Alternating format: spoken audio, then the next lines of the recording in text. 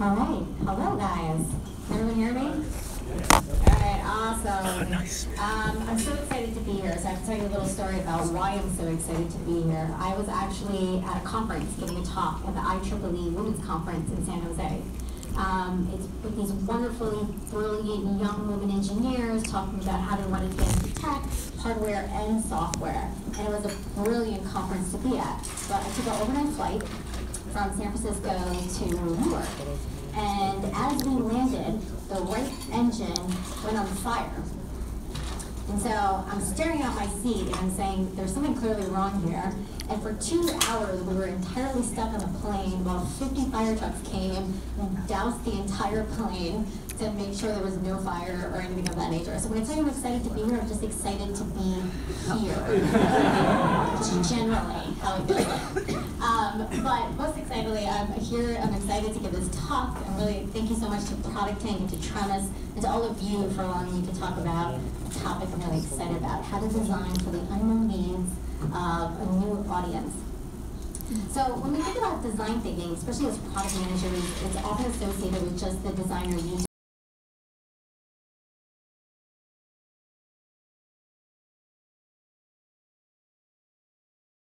throughout their journey and how we build products for them.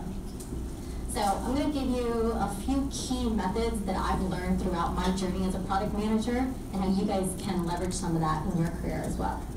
So again, my name is Tania, Phillip. I'm a VP of Product at Shutterstock.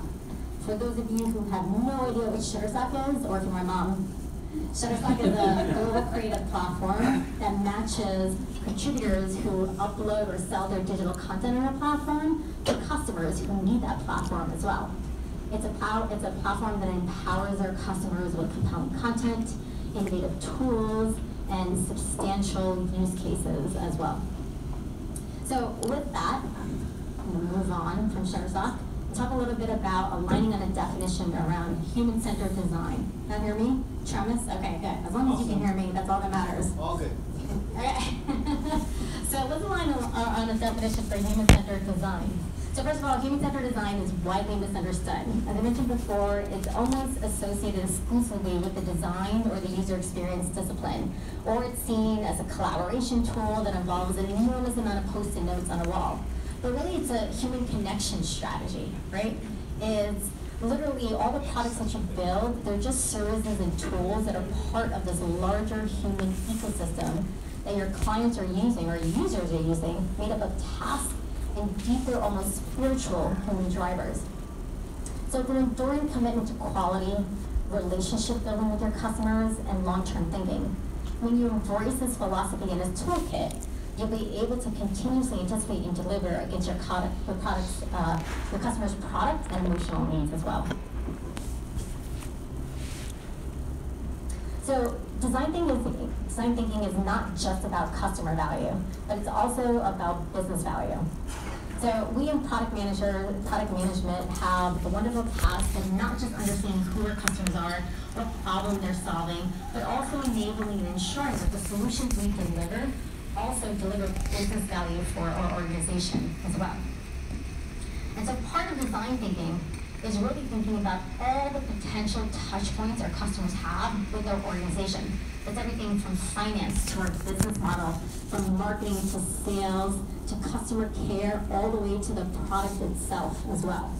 All of those touch points enables the best customer experience for your users.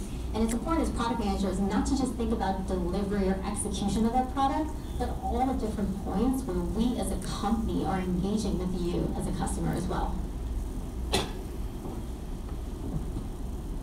So now that we talked a little bit about design thinking and then lining a little bit on the definition of design thinking, let's talk about what product management means for designers or for product people. So this one seems kind of obvious, right? Listen to your customers. We've all heard this. Talk to your customers, do qualitative analysis, understand your customer's problem and what they're trying to solve for as well. But how many times have you heard, I can't talk to our customers, or we have to build a survey, or I have to get a $30 gift card, or customers are not going to talk to us?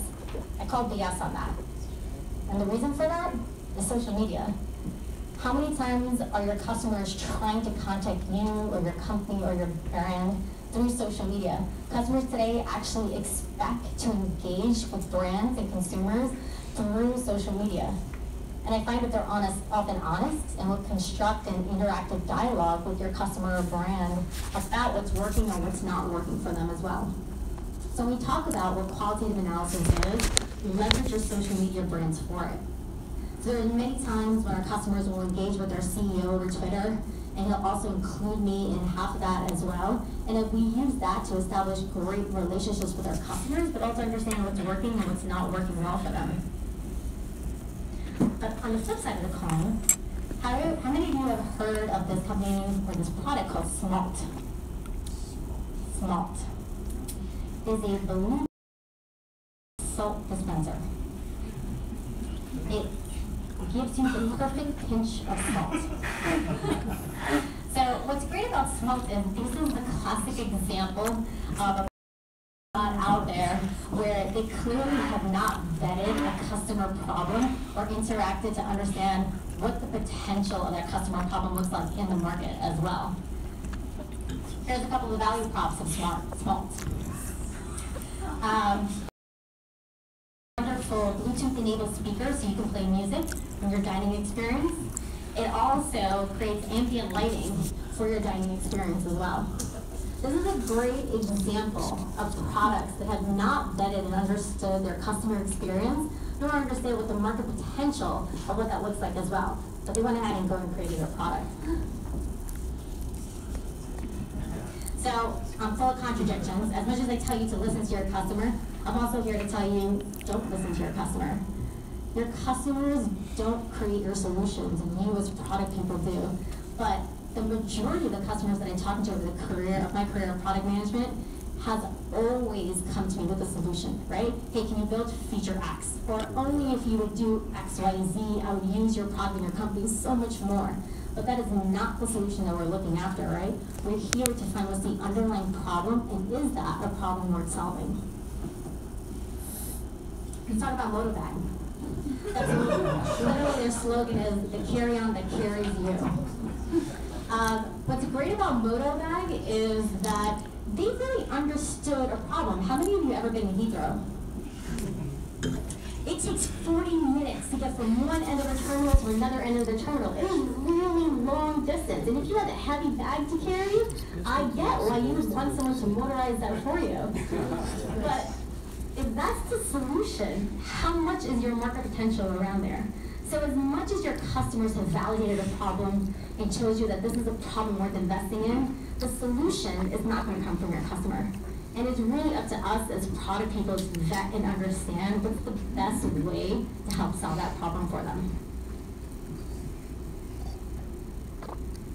So this one's pretty basic too. How many of us have done a competitive analysis in our life? All of you should be using your hand right now. Of course, watch the competition. What's really great about watching the competition is that your competition is actually vetting ideas that you can learn from. It's not just your team, it's not just your product managers, they're vetting concepts that you can learn from as well. Every time your competitor releases a feature, it's important to understand why. What are they trying to go after? Are those people similar to us, and what can we learn from it as well? I'm going to show something controversial now. Let's talk about stories. Instagram versus Snapchat. Now the product purist in me hates the fact that Instagram copied stories from Snapchat.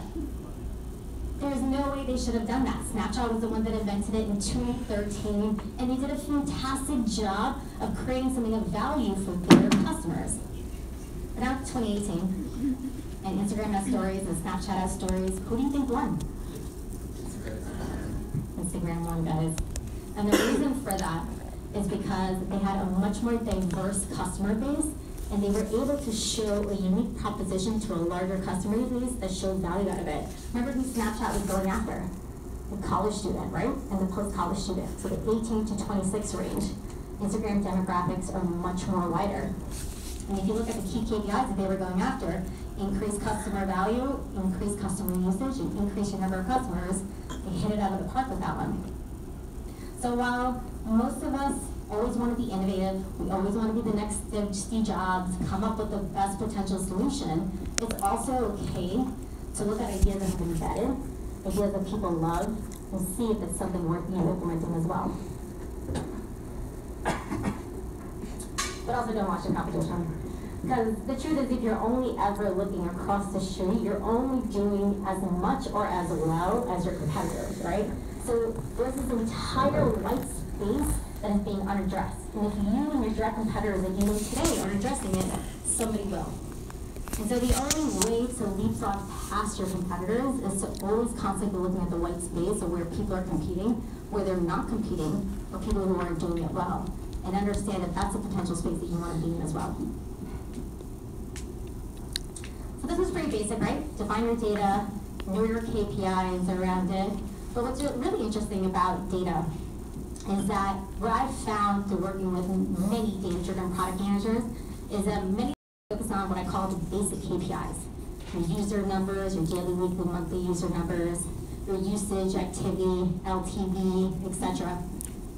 But how much of that is tied to your business value? How much do you know your KPIs tied back to how your company is actually generating revenue? Because your products, you as product managers, drive business value. That is the difference between us and everyone else. It's our ability to drive execution, but also to ensure delivery of profitability against our company as well. How many of you, by raising hands, actually know the business model of the company that you work at today? Right, it's a significant amount of you. I'm quite surprised at that. What I've actually found is, how many of you understand concepts such as earnings or EBITDA, net income, cash flow, operations, or P&L? I don't have an MBA, but I've learned in every single company I've had to work with finance team and understand how P&L is generated, where my current products fit into the world of P&L and revenue generation, but also what potential products and our target revenues fit into that as well. There's too many of us as product people that aren't not only data-driven, but also business and profit-driven as well. Of course, I'm full of contradiction, so ignore the data as you know it today. The reason for that is that not everything you deliver will have ROI or revenue attached to it, and that is okay. That's actually the right way to build things. There are some things that you're going to build that are just going to make your customers smile, or just create a better customer experience for them as well. But that's the balance and the conundrum that we as product managers have to do on a day-to-day basis, is we have to drive business value, but the truth is business value will come as long as we're driving true customer value as well.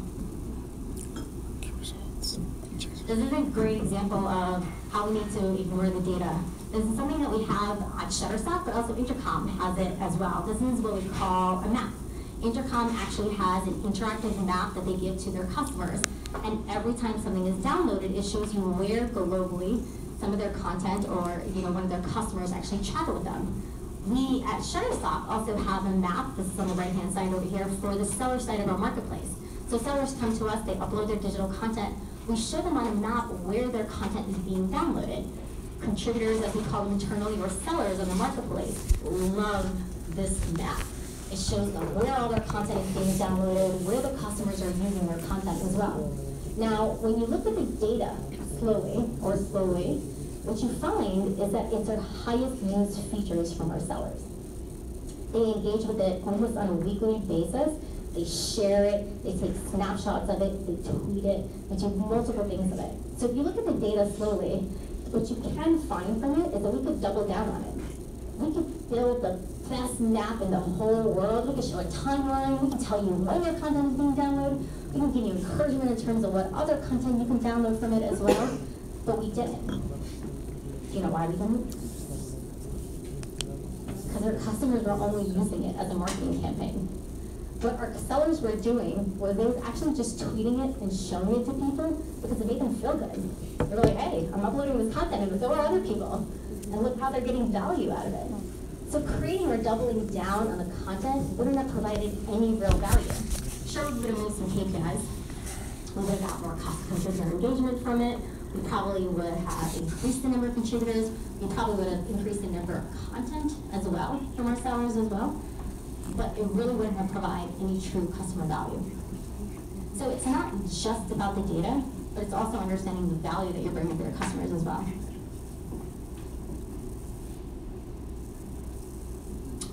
Technology enables superpowers.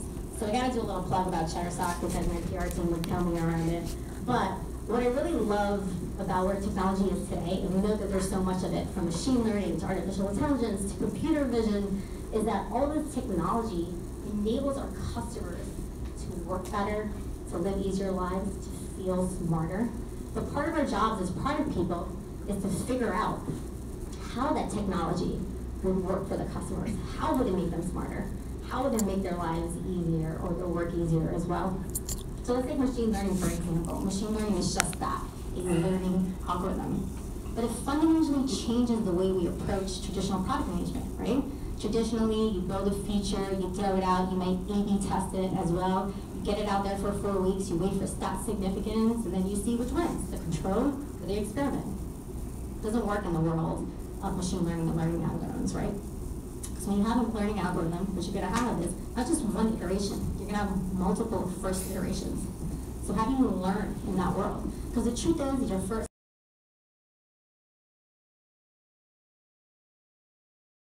learning. So how do you manage and set expectations around that learning algorithm as well? So we encountered this at Shutterstock. We have something, a great computer vision team, we have something called CAST, Competition Aware Search. So because we have one of the largest libraries of images, what we're able to do is really think about how to leverage computer vision for our customers. So 90% of our customers, when they come to Shutterstock, what do? They start typing and looking for keywords for content. Most of our customers, that's how they search today, right? It's keywords. It's what we learned from Google, and it's what we still do today as well. So when our customers start searching for content at the very top, give them a display of images that meet those needs. Now what's fascinating about competition-aware search is we leverage computer vision to look at where certain content was. So high-intent customers, what they can do is they can say, hey, I want a wine glass, which is wine, on the upper left, and I also want a cheese plate on the bottom right. And our computer vision team in Algo, it actually displays content with your wine in your left and your cheese on the right. But what's fascinating about this from a product point of view is that we're literally changing customers' behavior. We're teaching them a new way to search. And you know as well as I do, it is near impossible to change customers' behavior unless they see the value out of it. So now, not do we only have to prove our learning algorithm through this, but we have to showcase to our customers a new way of interacting to find the value and benefit of it. So how do you go about doing this? You throw a prototype together and you get a bunch of customers to, one, tell you how the interaction works, watch unmoderated viewing of how they would potentially use this UX. Two, can they find the value out of it? Do people find the value of being able to say, I want wine on the left and a cheese plate on the right? And show me content related to it as well. So us, as product people, we want to be able to show our customers the value what technology brings, but ultimately the goal is to make their lives easier. Does this make their life easier if they're looking for a wine and cheese plate to tell us how and when they would want to see it? So if this makes our customers feel like superpowers, then we can try a boatload of solutions to find the right mechanism for UX and an algorithm perspective as well. So, to wrap up, a few key methods and practices that all of you guys can put into practice, but these are things that I've learned over the past 13 years in product management, and I hope you guys find some value out of that too.